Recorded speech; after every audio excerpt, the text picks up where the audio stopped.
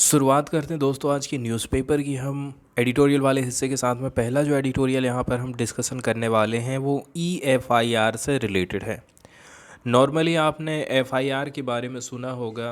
जब भी आपको किसी चीज़ की शिकायत दर्ज करानी है, FIR दर्ज कराना है, तो सबसे पहले हमें जाना पड़ता है थाना, पुलिस स्टेशन जाना पड़ेगा। इसके बाद वहाँ पर जो पुलिस वाले जो भी व्यक्ति बैठे हुए हैं FIR लिखने के लिए, उनसे आप लिखित में अपनी शिकायत दर्ज कराते हैं FIR के रूप में। ठीक है, आपकी शिकायत किससे संबंधित है, कब वो घटना घटित हुई है, इत्यादि इत्यादि। लेकिन अब सरकार इसमें कुछ सुधार लाना चाहती है। सरकार का ये सोचना है कि ये काम कैसे करके हम जो है इस टाइम पीरियड को हम कम कर सकें। घर बैठे आप कैसे करके FIR दर्ज करा सकते हैं, सरकार इस विषय में काम कर रही है। इसी को लेकर के सरकार ने EFIR सिस्टम लागू किया है। EFIR सिस्टम के अंतर्गत क्या होता है, हम डिजिटल सिस्टम के माध्यम से क्राइम की रिपोर्टिंग करते हैं पुलिस वालों को। प्रोसेस की यदि हम बात करें, सबसे पहले जो इन्फॉर्मेशन है वो सबमिट करी जाती है ऑनलाइन माध्यम से एक नेशनल पोर्टल में। एक नेशनल लेवल पर वेबसाइट बनाई गई है। उस वेबसाइट को गूगल में आप सर्च मारेंगे, इसके बाद यहाँ पर आप अपनी इन्फॉर्मेशन को डालते हैं। इसके साथ साथ में कंप्लेंटेंट को रिक्वायरमेंट रहेगा कि आप फिजिकली साइन करिए रिपोर्ट को with in a specific time frame, मतलब 3 दिन के भीतर में आपको उसमें आपके सिग्नेचर होना चाहिए फिजिकली। इसका मतलब ये है, सबसे पहले तो आपको वेबसाइट में जाना है, वेबसाइट में आपने रिपोर्ट दर्ज कर दिया। इसके बाद आप थाना जाएंगे और थाना जा कर के वो जो कागज़ है FIR है उसमें आपको अपने साइन मारना पड़ेगा, तब जा कर के वो FIR मानी जाएगी, नहीं तो नहीं मानी जाएगी। ऑब्जेक्टिव की यदि हम बात करें तो इसके माध्यम से हम क्राइम का जो रजिस्ट्रेशन है वो एकदम इनिशियल इलेक्ट्रॉनिक सबमिशन के माध्यम से हम कर पाते हैं।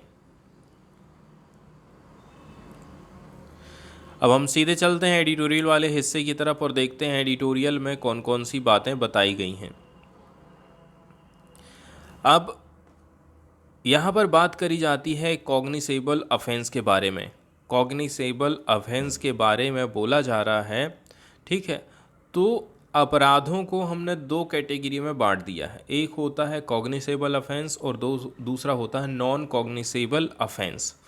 तो अपराध की प्रकृति कैसी है, कितना गंभीर अपराध किया गया है, ठीक है, और कितना हल्का फुल्का अपराध किया गया है, उस हिसाब से हम उसको 2 कैटेगरी में बांट देते हैं, कॉग्निसेबल ऑफेंसेस और नॉन कॉग्निसेबल ऑफेंसेस। तो दोनों केसेस की यदि हम बात करें, देखिए कॉग्निसेबल ऑफेंसेस में कुछ सीरियस केसेस आ जाते हैं, जैसे कोई मर्डर का केस है, रेप का केस है। ऐसी कंडीशन में क्या होता है, सरकार की तरफ से पुलिस को पावर दे दी गई है, पुलिस ऑफिसर को पावर दे दी गई है, ठीक है, कि वो किसी को भी बिना किसी वारंट के अरेस्ट कर सकते हैं। इसके लिए वारंट की ज़रूरत नहीं पड़ेगी। जैसे कि एग्जांपल के तौर पर मर्डर हो गया, रेप हो गया, थेफ्ट, किडनैपिंग, डाउरी डेथ, ठीक है, दहेज के चलते चलते यदि किसी की डेथ हो जाती है, किडनैपिंग, अननेचुरल ऑफेंसेस, काउंटरफेटिंग, ये सारे जो अपराध हैं कॉग्निसेबल ऑफेंस के अंतर्गत आते हैं। वहीं यदि हम बात करें नॉन कॉग्निसेबल ऑफेंस की, तो इसमें बड़े बड़े अपराधों को नहीं रखा गया, इसमें छोटे मोटे अपराध होते हैं। अब छोटे मोटे अपराध के लिए ही यदि आपको गिरफ्तार करने लग जाए पुलिस, तो ये गड़बड़ हो जाएगा। इसलिए क्या सिस्टम लगाया गया है, आपको कोर्ट की अनुमति लेना पड़ेगा, तब जा कर के आप किसी को जेल में डाल सकते हैं। ऐसे जो ऑफेंसेस होते हैं वो छोटे मोटे केसेस हो सकते हैं, जैसे चीटिंग है, डिफेमेशन है, ये सारी चीज़ें इसमें आ जाती हैं। अब हम बात करते हैं एडिटोरियल वाले हिस्से की तरफ। तो जो कॉग्निसेबल ऑफेंस है यहाँ पर उनकी बात हो रही है, जो बड़े बड़े केसेस हैं उनकी बात यहाँ पर हो रही है। लॉ कमीशन ऑफ इंडिया ने अपनी रिपोर्ट में, जिसका नंबर है 282, रिकमेंडेशन दिया था कि जहाँ कहीं भी जो एक्यूज्ड है उसके बारे में कोई जान नहीं रहा है, इज़ नॉट नॉन, जैसे कि आपकी गाड़ी चोरी हुई है लेकिन आपको नहीं मालूम कि मोटरसाइकिल किसने चुराया है, मोबाइल चोरी हुआ है लेकिन किसी को नहीं मालूम किसने चुराया है। ऐसी कंडीशन में जो रजिस्ट्रेशन है EFIR का, इसको आप अलाउ कर सकते हैं फॉर ऑल कॉग्निसेबल ऑफेंसेस। कुल मिलाकर के जो बड़े बड़े अपराध हैं, ठीक है, जैसे कि किडनैप किया है किसी ने, अब नहीं मालूम किसने किडनैप किया है, ऐसी कंडीशन में भी लॉ कमीशन ऑफ इंडिया कह रहा है कि जो EFIR है वो दर्ज की जा सकती है। अब बात करते हैं, यदि हमें पता है कि अपराध किसने किया है, यदि जो एक्यूज्ड पर्सन है, अपराधी व्यक्ति है, वो उसके बारे में हमें मालूम है कि ये भाई ये है अपराधी, तो ये एक प्रारंभिक स्टेप माना जाता है यदि आपको रजिस्ट्रेशन करना है किसी भी EFIR का। तो registration of EFIR may be allowed for cognizable offences wherein the punishment provided under the IPC and other laws is set up to 3 years। यदि हम सेकंड नंबर की कंडीशन की बात करें कि एक और जगह हम EFIR का यूज़ कर सकते हैं, जैसे कि कोई कॉग्निसेबल ऑफेंस है और इसमें सज़ा का प्रावधान 3 साल तक के लिए किया गया है, ऐसी कंडीशन में भी EFIR दर्ज करी जा सकती है। इसके बाद हम वेरिफिकेशन की बात करते हैं। यदि कोई शिकायत दर्ज हुई है, रिपोर्ट दर्ज हुई है, तो उसका आपको वेरिफिकेशन करना है। कमीशन का कहना है कि ये जो वेरिफिकेशन है, वेरिफिकेशन का काम मोबाइल नंबर के माध्यम से, OTP के माध्यम से हो सकता है, and mandating the uploading of valid ID proof such as Aadhaar. सबसे पहले तो वैलिडेशन हमने कर लिए, इसके बाद ID भी इसमें लगाना ज़रूरी है, जैसे कि आधार कार्ड आप लगा दीजिए। इसमें ये भी कहा गया है कि जो सस्पेक्ट का नाम है कहाँ पर, सेंट्रलाइज नेशनल पोर्टल में, उस वेबसाइट में सिक्योर किया जाएगा until the EFIR is signed by कंप्लेंटेंट।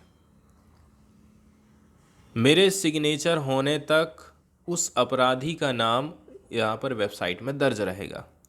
आगे बताया जा रहा है कि in the case the registered information is not signed by the informant deliberately within the prescribe time, the information shall be deleted within 2 week. अब वही बात बोली जा रही है कि यदि आप साइन नहीं करते हैं फिजिकली जा करके, तो ये जो FIR है वो रद्द हो जाएगी अपने आप। 2 वीक के अंदर की ये टाइम पीरियड लिखा गया है। इसके साथ साथ आपको जो टाइम पीरियड दिया गया है वो 3 दिन का टाइम दिया गया है कि आप 3 दिन में चाहिए फिजिकली आप जा कर के उस लेटर में साइन करिए, और यदि आप ऐसा नहीं करते हैं तो 2 वीक मतलब 14 दिन का टाइम है, 14 दिन में इसको यहाँ से हटाना है, इस रिपोर्ट को।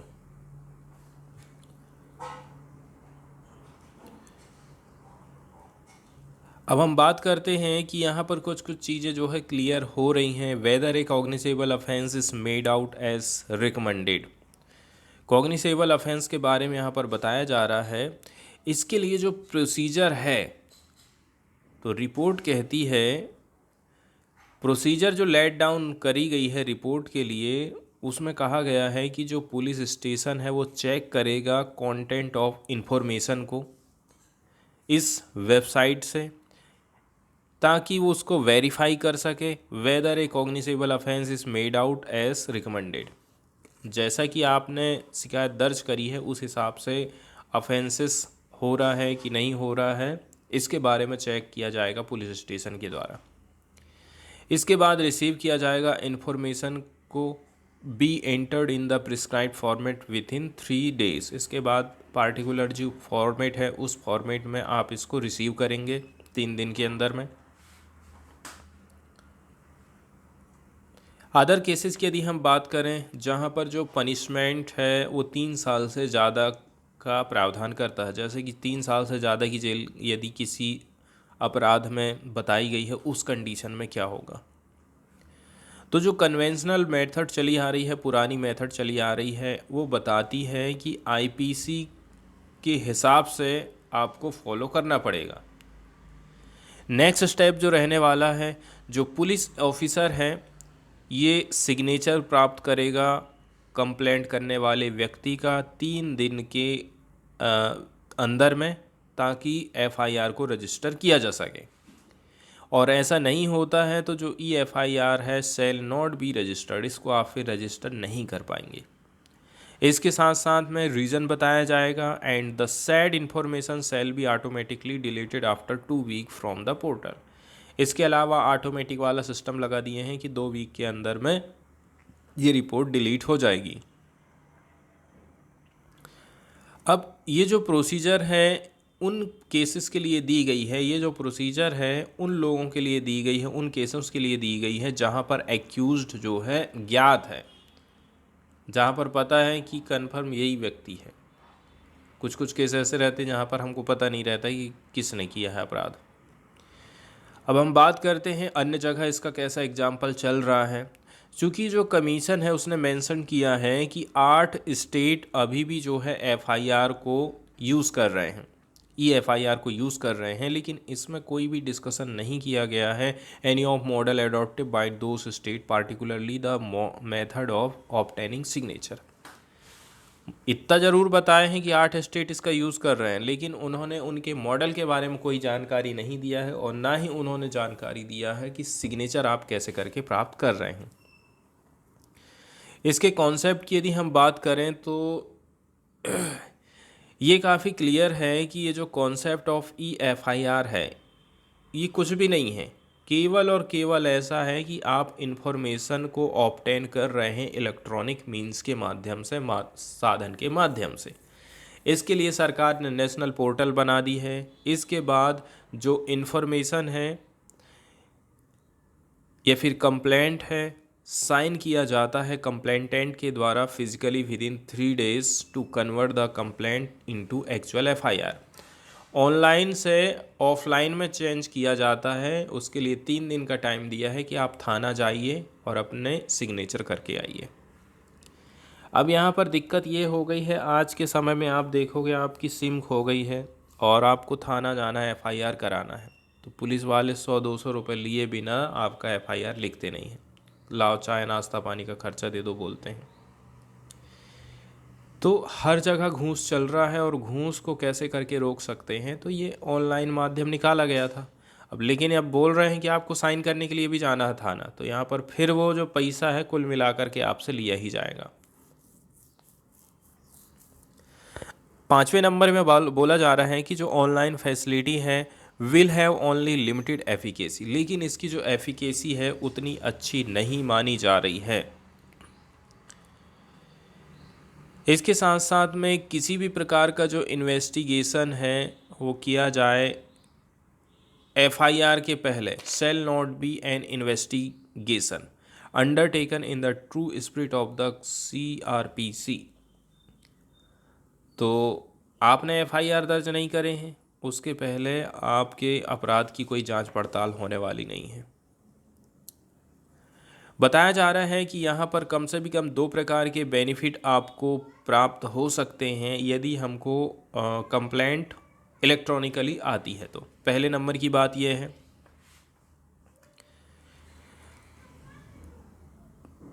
जो पुलिस है, ठीक है, पुलिस को ये चीज़ पता चल जाएगा कंप्लेंट के बारे में, and system will automatically generate receipt. इसके बाद सिस्टम ऑटोमेटिकली एक रिसिप्ट को जनरेट कर देता है। This will ensure almost free registration of crime. इसके माध्यम से कुल मिलाकर के देखा जाए आपको कोई चार्ज नहीं देना, फ्री में आप रजिस्ट्रेशन कर रहे हैं। सेकंड नंबर की बात यह है, वो कभी भी कंटेंट को चेंज नहीं कर पाएंगे। नॉर्मली क्या होता है, कभी कभी थाना में जाके आप पैसा खिला दीजिए, आप जैसा बोलोगे वैसा लिख देंगे वो, ठीक है, या फिर कभी कभी क्या है वो लोग चेंज भी कर देते हैं। ये चीज़ यहाँ पर संभावना नहीं रहेगी यदि आप ऑनलाइन ही अपनी शिकायत दर्ज कर देते हैं तो। अब हम बात करते हैं ह्यूमन इंटरवेंशन की। ह्यूमन इंटरवेंशन की बात क्यों हो रही है, क्योंकि यहाँ पर हमने फिज़िकली बोले हैं कि जाकर के हमको साइन करना है। हालांकि ज़्यादातर जो 8 स्टेट की हम बात कर रहे हैं ये रजिस्टर कर रहे हैं EFIR को। इसके लिए उन्होंने जो है crime and criminal tracking network and system या फिर स्टेट पोर्टल का सहारा लिया है, mostly in property offences where the accused is unknown. ज़्यादातर केस किस प्रकार के दर्ज हो रहे हैं, जहां पर एक्यूज्ड के बारे में कोई जानकारी नहीं है, प्रॉपर्टी से रिलेटेड ये ऑफेंसेस हैं। लॉ कमीशन ने रिकमेंडेशन दिया है कि जो EFIR है, आप जो EFIR कर रहे हैं सभी कॉग्निसेबल ऑफेंस के लिए कर सकते हैं, जहां पर जो ऑफेंस करने वाला व्यक्ति है उसके बारे में कोई जानकारी नहीं है। Without discussing the related aspect, आपको कुछ ज़्यादा सोचना नहीं है, आपको पता है कि मेरा अपराध किसने किया है कि नहीं किया है, नहीं मालूम है, तो आप सीधे सीधे EFIR कर सकते हैं, लॉ कमीशन का कहना है। एग्जाम्पल के तौर पर यदि हम बात करें, जो अपराधी होता है शुरू में तो अननोन रहता है किडनैपिंग के मामले में, where not only immediate medical examination of the victim may be important but also timely visit to the scenes of crime. अब यहाँ पर फट से क्या चीज़ की ज़रूरत पड़ जाती है, मेडिकल एग्जामिनेशन होना चाहिए विक्टिम का, ठीक है। इसके साथ साथ में टाइमली विजिट करना पड़ेगा आपको उस सीन्स की। तो कुल मिलाकर के हमारा जो पुलिस का कामकाज है इसको भी हम फास्ट कर रहे हैं EFIR के माध्यम से। इसके साथ साथ में जो एक्सपीरियंस वाला पुलिस ऑफिसर है may extract a lot of information from the complainant और victim which may help finding the culprit. अनुभवी व्यक्ति फट से जाकर के हासिल कर लेगा सबूत, इससे जो अपराध है उसको जल्दी से निपटने में आपको सहायता मिल सकती है। हालांकि यहाँ पर दिक्कत यह है कि लॉ कमीशन ने इस चीज़ का उल्लेख नहीं किया है कि ऑथेंटिकेशन टेक्निक का या फिर डिजिटल सिग्नेचर का भी इस्तेमाल हो सकता है, जिसको डिफ़ाइन किया गया है इंफॉर्मेशन टेक्नोलॉजी एक्ट 2000 में, साइनिंग कंप्लेंट। तो यह भाई यदि ऑनलाइन सिग्नेचर हो सकते हैं तो आप ये सिस्टम क्यों नहीं रख रहे हैं, क्यों थाना बुलाने की ज़रूरत पड़ जा रही है? एक चीज़ यहाँ पर ये समझ में नहीं आता है। इस एक्ट के हिसाब से बोला जा रहा है कि किसी भी प्रकार का जो इन्फॉर्मेशन है रेंडर्ड मतलब प्रदान की गई है इलेक्ट्रॉनिक फॉर्म में एंड ये एक्सेसिबल है, और इसको आप जो है सब्सिक्वेंट रेफरेंस के तौर पर आप इस्तेमाल कर सकते हैं, तो ये लीगली एक्सेप्टेबल मानी जाएगी, ऐसा IT एक्ट सन 2000 में बोला गया है। ठीक उसी प्रकार से किसी भी प्रकार का जो इलेक्ट्रॉनिक रिकॉर्ड है ये अथेंटिकेटेड किया जा सकता है सच इलेक्ट्रॉनिक सिग्नेचर के माध्यम से, इलेक्ट्रॉनिक अथेंटिकेशन टेक्निक के माध्यम से, ठीक है, जो कि आप बोल सकते हैं, कंसीडर कर सकते हैं कि ये रिलायबल है, इसके ऊपर आप भरोसा कर सकते हैं। इसलिए बोला जा रहा है कि इलेक्ट्रॉनिक सिग्नेचर एकदम मस्ट कर दीजिए।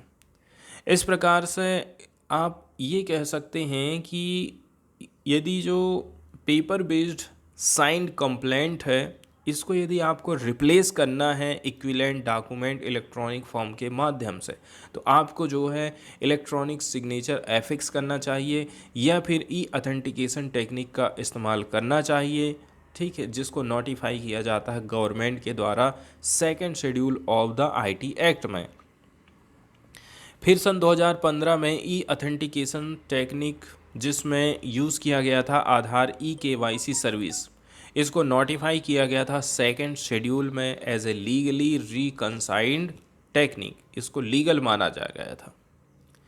तो इसका काफ़ी वाइडली यूज़ किया जाता है इनकम टैक्स डिपार्टमेंट के द्वारा, जिसके माध्यम से जो रिटर्न है इलेक्ट्रॉनिक भरे जाते हैं। इसके साथ साथ में कानून ये भी रिकॉग्नाइज़ करता है, ये भी मान्यता देता है डिजिटल सिग्नेचर को, जो कि यूज़ करता है एसिमेट्रिक क्रिप्टो सिस्टम को, ठीक है, एंड हैश फंक्शन।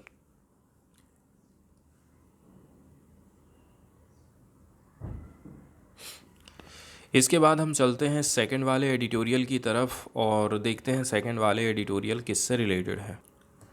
तो अगला जो एडिटोरियल यहाँ पर हम डिस्कशन करने वाले हैं ये पार्टिकुलरली चाइना और ताइवान के रिलेशन को बताता है, साथ ही साथ में यहाँ पर एशिया की बातचीत होने वाली है।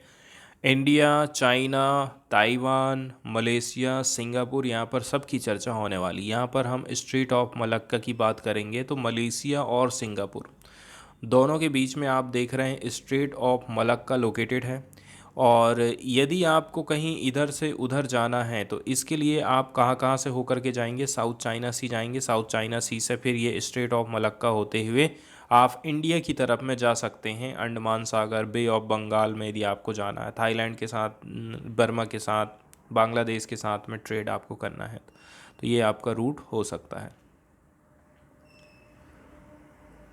तो चाइना जो है आप देखेंगे फ्रिक्वेंटली इंटिमिडेट करते रहता है ताइवान को। पिछले कुछ सालों से हम ये देखते जा रहे हैं। इंटिमिडेट करना का मतलब होता है डराना धमकाना, जैसे कि एयरफोर्स को डिप्लॉय कर देगा, नेवी को डिप्लॉय कर देगा इसके सराउंडिंग एरियाज़ में।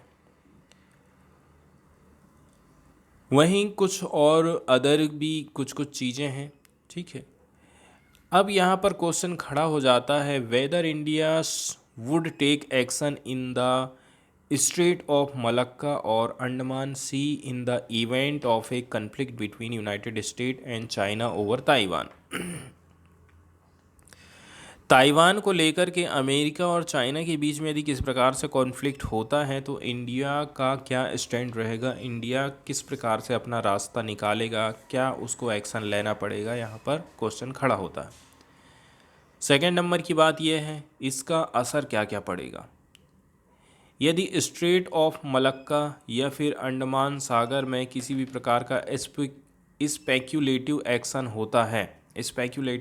होता है, जैसे कि हम चाइना और ताइवान की बात कर रहे हैं, तो इससे रिश्ते बिगड़ सकते हैं।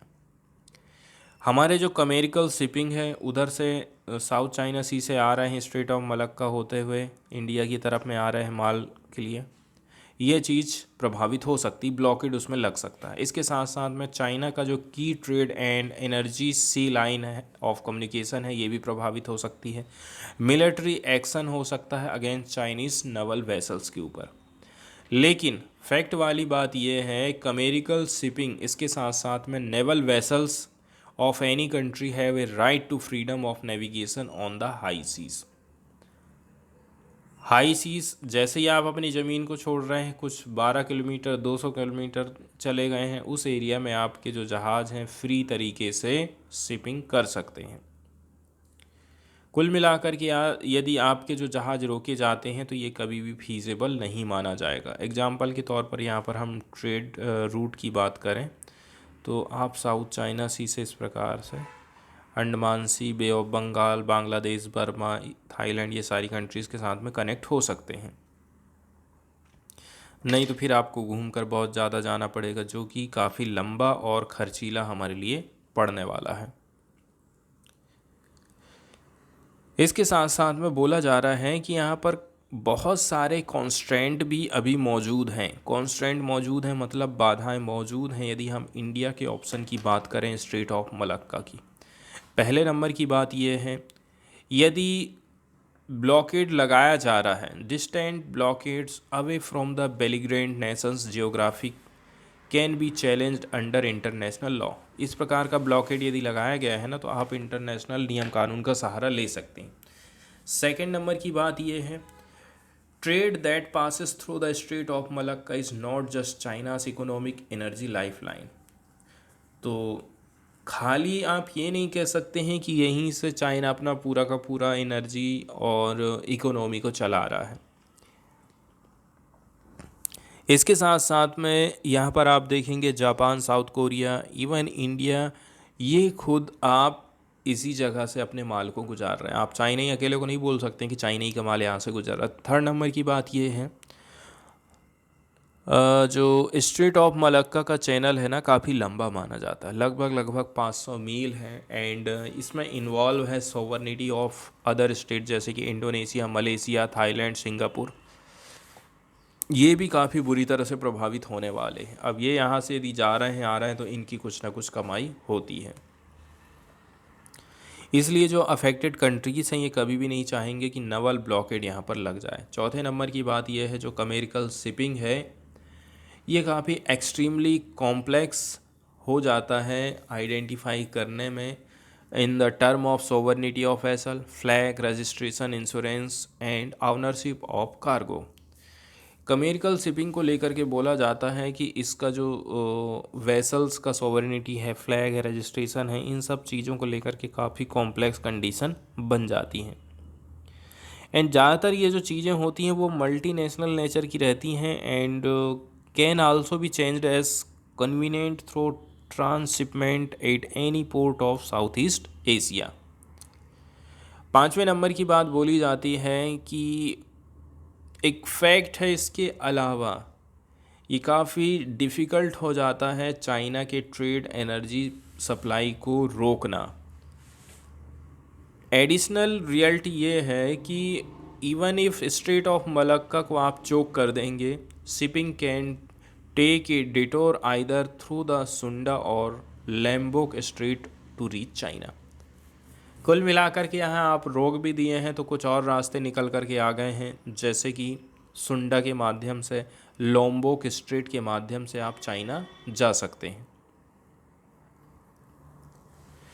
यदि हम बात करें लार्ज क्रूड कैरियर की, जहाँ पर बड़े बड़े जहाज़ में बड़े बड़े तेल की टैंकर जा रहे हैं, क्रूड और नेचुरल गैसेस चाइना को जा रही हैं, do not use the strait of Malacca which is shallower, they use Sunda strait. China क्या काम करता है, अपने माल की भारी माल की ढुलाई के लिए यहाँ से नहीं जाता, सुंडा स्ट्रेट का इस्तेमाल करता है। यहाँ से क्यों क्यों नहीं जाता? क्योंकि ये शैलो है, उथला है।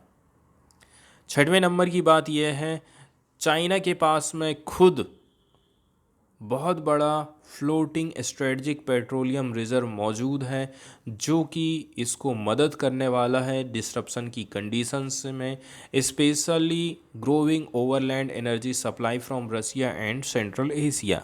रसिया से माल ना मिले, सेंट्रल एशिया में माल की कमी आ जाए, उस कंडीशन से निपटने के लिए चाइना ने पहले से ही स्टोरेज की फैसिलिटी बना करके रखा है। और यदि आप ये सोच रहे हैं कि इस कंडीशन में या इस रास्ता से हम चाइना को नहीं आने जाने देंगे, तो ये भी जो है वार की कंडीशन पैदा कर सकता है। यहाँ पर टेंटामाउंट वर्ड यूज़ किया गया, जिसका मतलब होता है समान। इसके साथ साथ में जो रीजनल कंट्रीज़ हैं जो कि इससे काफ़ी बुरी तरह से अफेक्टेड होने वाली हैं स्ट्रेट ऑफ मलक्का के ब्लॉकेट से, इसमें इंक्लूडिंग है फ्रेंडली कंट्रीज़, ठीक है, are unlikely to endorse any unilateral sanction. और ये जो कंट्रीज़ हैं ये कभी भी नहीं चाहेंगे कि एक तरफा सैंक्शन लग जाए। इसके साथ साथ में चाइना जो है परमानेंट सीट पर बैठा हुआ यूनाइटेड नेशन सिक्योरिटी काउंसिल में। इसके अलावा इसका जो रीजनल इन्फ्लुएंस है काफ़ी है, इस प्रकार के एफर्ट से यदि उसको बचना है तो।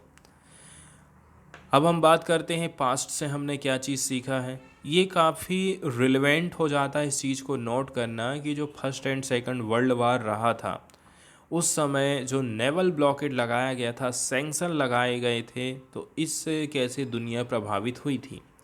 ड्यूरिंग द फर्स्ट वर्ल्ड वार यदि हम बात करें, ब्रिटिश ब्लॉकेड ऑफ जर्मनी, इस युद्ध में हम देखे हैं ब्रिटिश ब्लॉकेड लगता है जर्मनी का।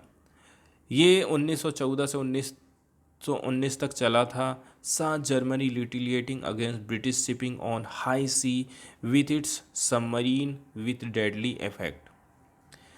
तो आपने ब्लॉकेट लगाया तो जर्मनी भी चुपचाप नहीं रहा था, ठीक है, तो ये भी उसका रिटेलिएशन ले रहा था, बदला ले रहा था।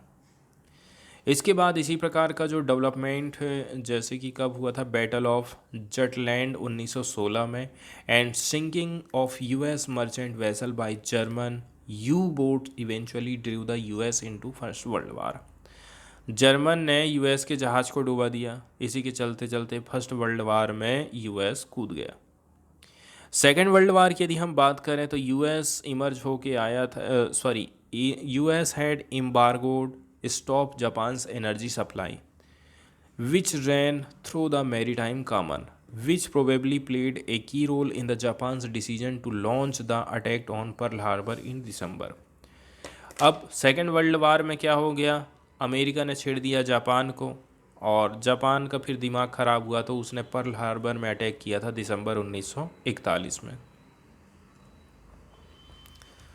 Iran and the US in the strait of Hormuz. Straight of Hormuz की बात करें, यहाँ पर ईरान और अमेरिका के रिलेशनशिप हम देख रहे हैं, तो यहाँ जो ऑनगोइंग टेंशन है ईरान और अमेरिका के बीच में चलते रहता है स्ट्रेट ऑफ हॉर्मुज में। ये भी एम्बेलमेटिक है। एम्बेलमेटिक है मतलब एक प्रकार से सिंबल है कि जो कमर्शियल शिपिंग का ब्लॉकेट है वो इजीली मिलिट्री फ्लेयर अप में चेंज हो जाता है।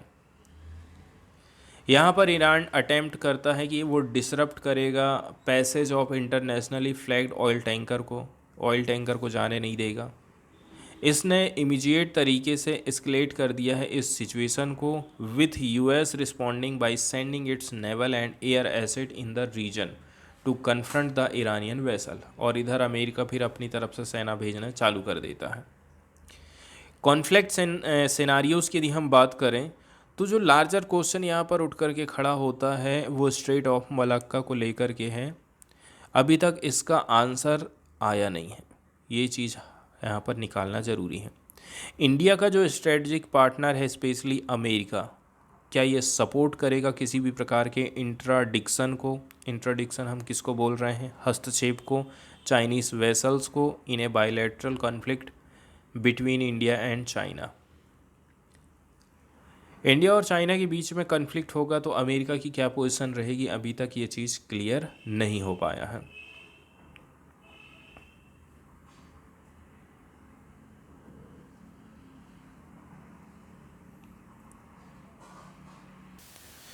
इसके बाद एक न्यूज़ हम देखने वाले हैं G7 समिट से रिलेटेड है।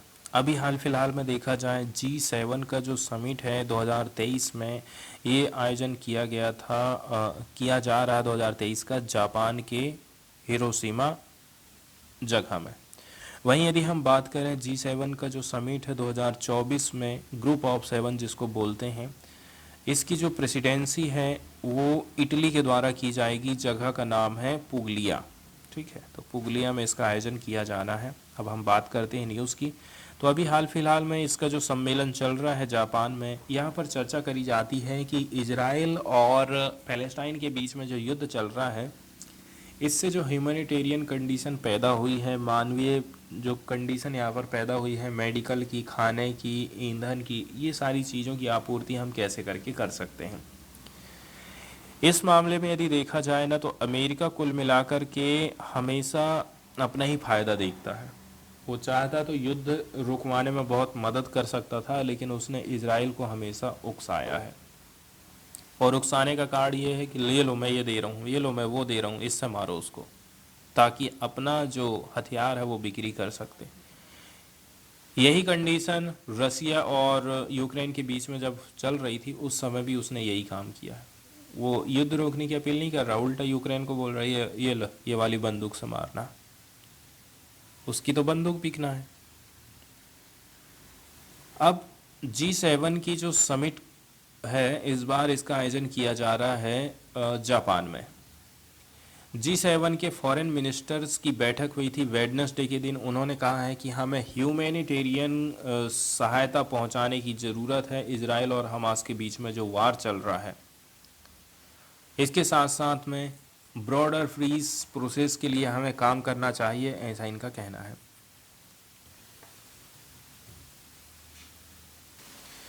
इसके बाद केरला की एक न्यूज़ हम देखने वाले हैं जो कि पार्टिकुलरली केरला में एक मिशन चालू किया जा रहा है, ऑर्गेनिक फार्मिंग मिशन, ताकि एग्रीकल्चर को बूस्ट किया जा सके। केरला की गवर्नमेंट ने क्रिएट किया है ऑर्गेनिक फार्मिंग मिशन, ताकि इनकरेज किया जा सके लोगों को, किसानों को, कि आप sustainable organic and climate smart farming अपनाइए स्टेट में। इस मिशन के माध्यम से एक्सपांड किया जाएगा ऑर्गेनिक फार्मिंग को 5000 हेक्टेयर तक आने वाले नेक्स्ट 5 ईयर में, through an annual target of 1000 hectare. हर साल 1000 हेक्टेयर में ऑर्गेनिक खेती हम करेंगे। इसको बढ़ा कर 1000 से 2000, 2000 से 3000, ऐसे 5000 हेक्टेयर में इसकी खेती करने वाले हैं। एग्रीकल्चर मिनिस्टर पी प्रसाद ने अनाउंसमेंट किया है कि हम फॉर्मेशन करेंगे मिशन का। यहाँ पर वेडनेसडे के दिन में गवर्नमेंट ने फॉर्मली इशू किया है ऑर्डर इससे रिलेटेड 26 अक्टूबर को। ऐसे खेत जिनको चला रही है agriculture department, at least 10% of the area will be set aside for the organic farming. इसका 10% एरिया हम जो है ऑर्गेनिक फार्मिंग के लिए अलग करके रख दे रहे हैं। एक और जो मैंडेट किया जाएगा मिशन के अंतर्गत, ये इंश्योर करना है कि जो सिलेक्टेड बेनिफिशरी हैं या फिर फार्म्स ऑफ ऑर्गेनिक फार्मिंग है, schemes pursue the system at least for 5 year. ठीक है, यहाँ पर ध्यान ये देना है कि कोई भी बेनिफिशरी को यदि आप फ़ायदा दे रहे हैं ऑर्गेनिक फार्मिंग स्कीम का, तो कम से भी कम 5 साल तक वो चलना चाहिए। इसके अलावा इस मिशन के माध्यम से कुछ स्टेप लिए जाएंगे जिसके माध्यम से एक्सपांड किया जाएगा सिस्टम फॉर सर्टिफिकेशन का, ब्रांडिंग का, marketing of organic agriculture product का फ्रॉम केरला। अब दिक्कत वाली बात ये हो जाती है, ऑर्गेनिक फार्मिंग करना तो काफ़ी ऐसा लगता है कि आसान है, लेकिन दिक्कत ये है इनकी पैदावार कम होती है, इनमें आपकी लागत ज़्यादा लगेगी तो उस हिसाब से आपको रेट नहीं मिल पाता है। कुल मिलाकर के मार्केट यदि अवेलेबल कराया जा रहा है सरकार की तरफ से, ब्रांडिंग की जा रही है, तो ये काफ़ी फ़ायदा देने वाला है लोगों को।